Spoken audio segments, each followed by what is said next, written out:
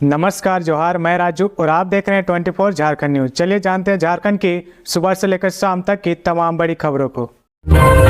झारखंड में जरूरतमंदों को मिलेगा 3 कमरों का घर। सीएम हेमंत ने की अबुआ आवास योजना की घोषणा। झारखंड के मुख्यमंत्री हेमंत सोरेन ने स्वतंत्रता दिवस के अवसर पर मोहराबादी मैदान के राजकीय समारोह में बतौर मुख्य अतिथि ध्वजारोहण किया और परेड की सलामी ली। इस दौरान सीएम हेमंत ने राज्य के जरूरतमंद लोगों के लिए एक नई योजना अबुआ आवास की घोषणा की है। उन्होंने कहा कि हमने राज्य के लोगों से वादा किया था कि सभी को 3 कमरे का आवास उपलब्ध कराएंगे। अपने वादे को पूरा करते हुए इस योजना के तहत अगले 2 वर्ष में लगभग 15,000 करोड़ से ज्यादा खर्च कर राज्य सरकार अपनी निधि से अपने जरूरतमंद लोगों को आवास उपलब्ध कराएगी। उन्होंने कहा कि झारखंड में लोगों की उन्नति, खुशहाली और सशक्तिकरण के लिए उनकी सरकार ने कई योजनाएं क्रियान्वित कर रही है। सावित्रीबाई फुले किशोरी समृद्धि योजना के माध्यम से 7 लाख से अधिक किशोरियों को उनकी शिक्षा के लिए आर्थिक सहायता प्रदान की जा रही है। सखी मंडल के रूप में ग्रामीण महिलाओं को संगठित कर उन्हें आर्थिक रूप से सशक्त किया जा रहा है। फूलो झानो आशीर्वाद योजना के तहत हड़ या दारू निर्माण एवं बिक्री से जुड़ी ग्रामीण महिलाओं को सम्मानजनक रोजगार का विकल्प उपलब्ध कराया जा रहा है। स्वतंत्रता दिवस पर झारखंड के राज्यपाल सीपी राधाकृष्णन के भाषण में 10 बड़ी बातें। 77वें स्वतंत्रता दिवस के अवसर पर झारखंड के राज्यपाल सीपी राधाकृष्णन ने दुमका में पुलिस लाइन में झंडा फहराया, जिसके बाद उन्होंने राज्य को संबोधित किया। इस दौरान उन्होंने कई बड़ी बातें कही। सबसे पहले उन्होंने झारखंड के लोगों को, खासकर संथाल परगना के लोगों को स्वतंत्रता दिवस की हार्दिक बधाई दी। इसके साथ ही पुलिस बल को भी बधाई दी। इसके बाद उन्होंने झारखंड के महान वीर जैसे बिरसा मुंडा, अमर सहित सिद्धू कानू, बाबा तिलक मांझी, चांद भैरव सहित कई वीर सपूतों को नमन किया। राज्यपाल सीपी राधाकृष्णन ने कहा कि हमारा राज्य झारखंड निरंतर प्रगति के पथ पर है। ऐसे में यही प्रयास है कि झारखंड के सुदूर इलाके में रहने वाले अंतिम व्यक्ति तक विकास पहुंचे। झारखंड ने कई क्षेत्रों में अपनी विशिष्ट पहचान बनाई है, चाहे वह कृषि, शिक्षा या स्वास्थ्य का क्षेत्र हो। झारखंड सरकार ने पुरानी पेंशन योजना को बहाल किया है, जिससे राज्य सरकार के लाखों कर्मचारियों को लाभ मिला है। कैशलेस स्वास्थ्य बीमा योजना लागू की गई है। सर्वजन पेंशन योजना के तहत जरूरतमंदों के बीच पेंशन दी जा रही है। आपकी योजना, आपकी सरकार, आपके द्वार कार्यक्रम के तहत राज्य के कोने कोने तक विकास योजनाओं का लाभ पहुंचाने का प्रयास कर रही है।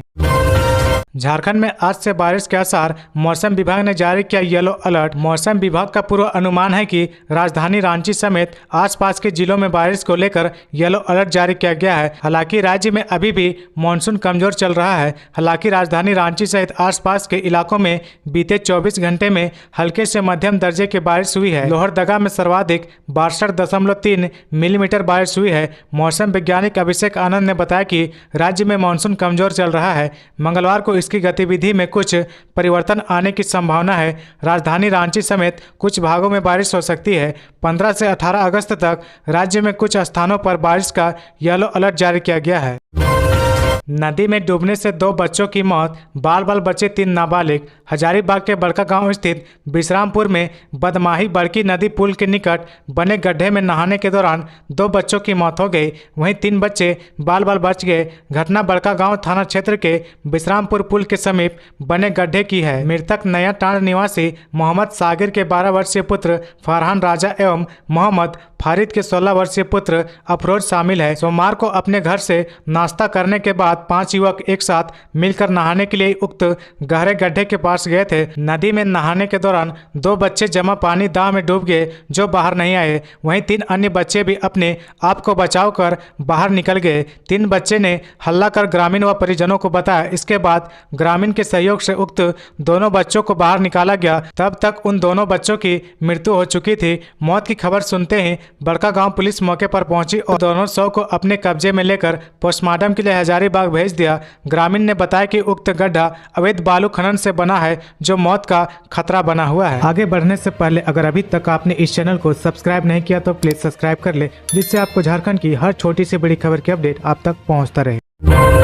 सीएम हेमंत सोरेन ने दी ईडी को चेतावनी, समन वापस ले वरना लड़ेंगे कानूनी लड़ाई। रांची में हुए जमीन घोटाले के केस में ईडी के समन पर मुख्यमंत्री हेमंत सोरेन सोमवार को जांच एजेंसी के दफ्तर नहीं पहुंचे। हेमंत सोरेन को दिन के 11 बजे ईडी दफ्तर पहुंचना था, लेकिन उन्होंने उपस्थित होने के बजाय एक पत्र भेजा है। इसमें हेमंत सोरेन ने ईडी को समन वापस लेने को कहा है। उन्होंने पत्र में लिखा है कि समन वापस नहीं लिया तो वे कानूनी लड़ाई लड़ेंगे। आरोप लगाया है कि ईडी ने राजनीतिक से प्रेरित होकर समन किया है। बता दें कि ईडी ने हेमंत को 8 अगस्त को समन जारी किया था। हेमंत सोरेन ने ईडी के सहायक निर्देशक को भेजे पत्र में समन को गलत ठहराया है। पत्र के अनुसार मुख्यमंत्री ने लोकपाल, सीबीआई और ईडी को अपनी ओर से परिवार की संपत्ति से जुड़े सभी दस्तावेज और जानकारी दे दी है। ईडी चाहे तो वह इन एजेंसियों से दस्तावेज ले सकती है, दोबारा या अन्य जानकारी मांगने पर वह उपलब्ध करा सकते हैं। पत्र में कहा गया कि उनके स्वामित्व व कब्जे वाली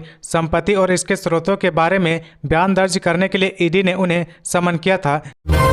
चिड़िया दिलाने के बहाने दिल्ली से अगवा किए गए 2 बच्चे झारखंड से बरामद। पुलिस ने सोमवार को कोलेबिरा के जुरकेला बाड़ा टोली से 2 बच्चों को बरामद किया है। दोनों को दिल्ली से अगवा किया गया था। पुलिस ने ग्रामीणों की मदद से अपहरण में शामिल 2 लोगों को हिरासत में लिया है। इनमें से एक महिला भी है। महिला सरिता देवी इस गाँव की है, वहीं दूसरा आरोपी राजकुमार मौर्य दिल्ली का रहने वाला है। पुलिस ने बताया कि सरिता और राजकुमार 10 अगस्त को 2 बच्चे के साथ गांव पहुंचे थे। ग्रामीणों को इन्हें बच्चों के साथ देख संदेह हो रहा था। सोमवार को ग्रामीण ने पुलिस को इस संबंध में जानकारी दी। भाजपा नेता की हत्या के विरोध में 10 घंटे रोड जाम। 12 अगस्त को अपराधियों ने मारी थी गोली। रांची में इलाज के दौरान हुई मौत। भाजपा नेता सह कोयला व्यवसायी की रांची में इलाज के दौरान सोमवार को मौत हो गई। 12 अगस्त को राजेंद्र साहू बालूमाथ के झरीवा टोला स्थित दफ्तर से अपने घर तेली टोला लौट रहे थे कि रास्ते में रोककर अपराधियों ने गोली मार दी थी। उन्हें रांची के निजी अस्पताल में भर्ती कराया गया था। सोमवार सुबह करीब 4 बजे उन्होंने अस्पताल में अंतिम सांसें ली। उनकी मौत की सूचना मिलते ही लातेहार में उनके समर्थकों ने लातेहार चतरा मार्ग को सुबह 4 बजे से जाम कर दिया। बरियातू, हैरहंज, लातेहार, चतरा समेत कई स्थानों से उनके समर्थक बालूमाथ पहुंचे और थाना चौक के सामने धरना पर बैठ गए। स्थानीय दुकानदारों ने स्वेच्छा से दुकानें बंद कर दी। इस दौरान गुस्साए भीड़ हत्या के संदिग्ध आरोपी के घर के पास खड़ी गाड़ी को आग के हवाले कर दिया।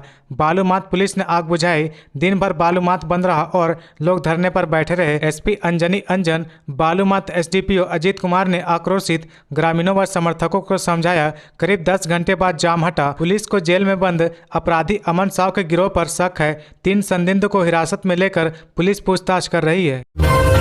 डुमरी उपचुनाव और संकल्प यात्रा से झारखंड में सियासी शंखनाद। आमने सामने बीजेपी और झामुमो। लोकसभा चुनाव में अभी 7 महीने बाकी है, लेकिन पूर्व शिक्षा मंत्री जगन्नाथ महतो के निधन के बाद झारखंड विधानसभा की डुमरी सीट पर उपचुनाव की तारीख की घोषणा हो चुकी है। सत्ता पक्ष और विपक्ष के उम्मीदवारों के नाम की घोषणा होते ही झारखंड का सियासी तापमान चढ़ने लगा है। नेता अभी से ही एक दूसरे पर वार पलटवार करने लगे हैं। बता दें कि 5 सितंबर को डुमरी में वोट डाले जाएंगे। चुनाव में झामुमो और आरसू पार्टी के उम्मीदवार आमने सामने होगी। दोनों महिला उम्मीदवार 17 अगस्त को नामांकन पत्र भरेंगे। इधर भाजपा के प्रदेश अध्यक्ष बाबूलाल मरांडी ने पूरे प्रदेश में 17 अगस्त से संकल्प यात्रा निकालने की घोषणा कर दी है। संकल्प यात्रा के माध्यम से भाजपा हर विधानसभा क्षेत्र में हेमंत सरकार की विफलताओं को उजागर करेगी। वहीं झामुमो ने भाजपा की संकल्प यात्रा के बहाने बाबूलाल मरांडी को आड़े हाथों लिया है। साथ ही स्थानीय नीति नहीं बनने के लिए आरसू पार्टी को जिम्मेदार ठहराया है।